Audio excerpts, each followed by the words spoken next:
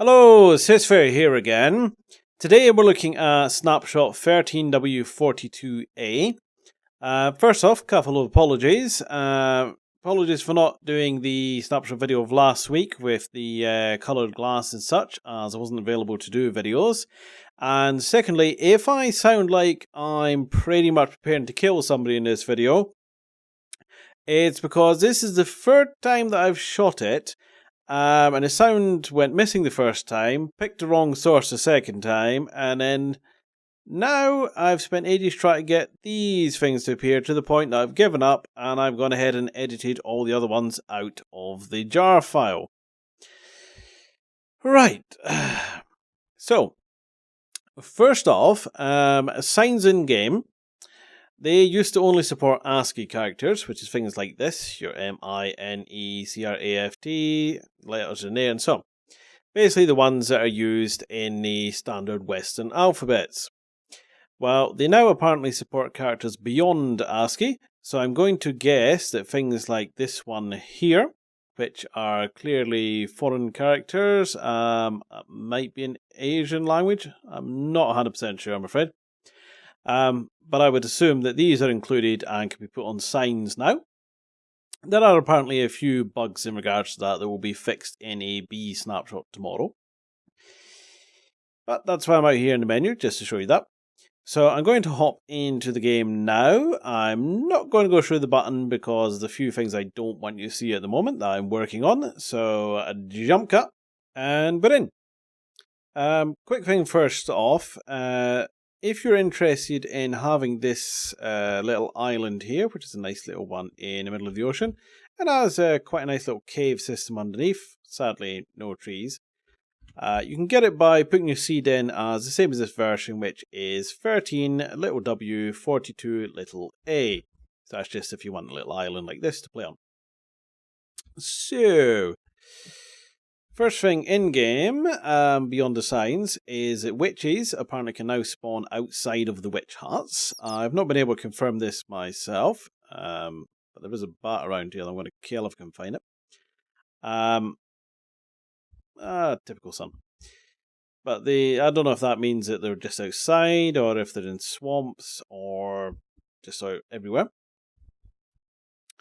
Next thing is regards to the stained glass or coloured glass, depending what you want to call it. You'll notice it's a lot more transparent than it used to be. Also, you can no longer see the back sides of the blocks. You can only see other blocks, but not the blocks themselves. So you'll notice there's no line across there and not across there and so on. But you can see all the colours through the other ones like that and get all the sort of blending going on. And you can also see the panels through the blocks and blocks through the panels. So just to sort of show that they're separate. Also, as the sun's conveniently going down, they light up really nicely now with their sort of subtle colouring. So you can imagine if you've built a little church or something like that and you've got some lighting going, then at night time all these have a lovely glow to them. And that applies to all of them, even these ones over here, which are quite dull colours. We plonk that there, and even they've got a nice little glow to them, really. Obviously, a bit less on the solid ones, but it's still quite nice. You might use these ones more for windows for a bit more of a glow. Now, I have some coloured blocks over here, which is our friendly little wolves. So let's get it daytime again. So this is your standard 16 colours of wool there. So you've got oranges, light blues, lime greens, yellows, red, black, that sort of thing. Now if we just go into here and grab ourselves a map. Now you'll probably know that maps have very limited colours. So you've got sort of green, there's obviously like a blue, there's a bit of a sandy one.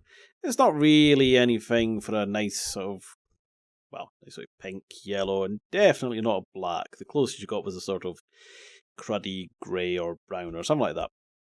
But if I just pop this nice little map up now and step back ever so slightly. There we go. You will notice that we've got the orange, the sort of purpley thing there, light blue, yellow, lime green, pink. We've even got the proper black along the end. Yep, now maps in Minecraft actually support a lot more colours than it used to. Now, I don't know what the limit on colours are. Obviously, if you look there, these blocks have actually got a lighter shade on the top edge of the pixels there. So it might be possible that there's not a limit to how many colours this supports if you were to make your own custom ones. If that's true, or even if there is a limit, and still a reasonable limit. I mean, to be honest, considering it now takes all of those, it's probably a reasonable limit to do artwork with.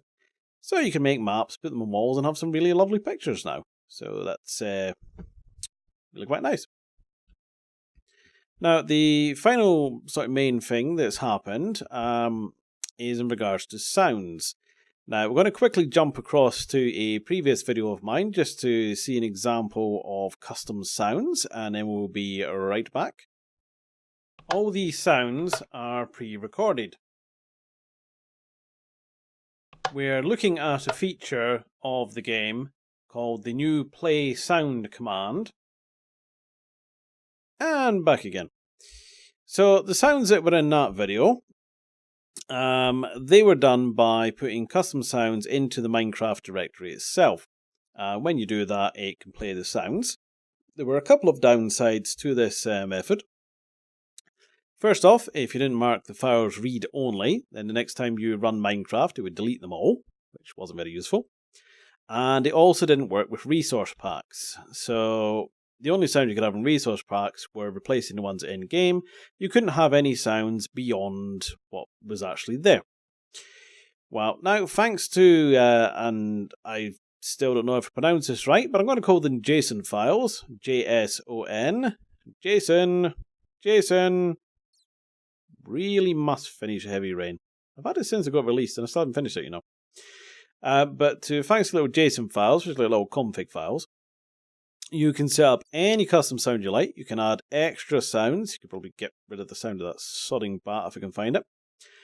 And you can set the sounds off with command blocks. And you can also have really long stuff as well. So you could have a command block perhaps that would play a really long custom music track in the background. So if you had an adventure map, maybe you wanted a sort of eerie atmosphere, then you could have it playing in the background as they're sort of wandering around, which would be sort of quite atmospheric and nice. And I suppose if you really wanted to, you could also take like your favourite album, take all the songs off of it, and make command blocks play your favourite album in your world, if you really wanted to. Not something I'd probably do, but I'm sure there are plenty of people who would. But that's it in regards to sort of features and stuff. All of them sort of useful in their own right.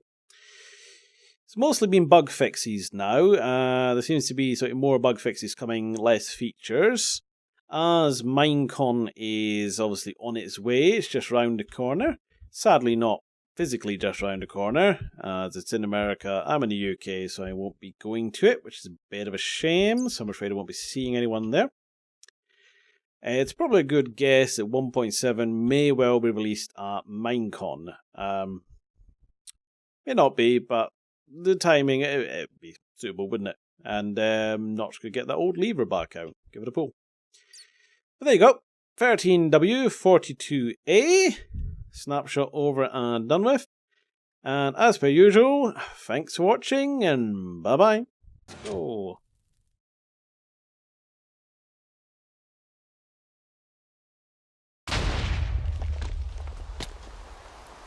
There we go. That's how test arrived. Pretty much it's blown the hell out of everything, and it's raining and dark and so on.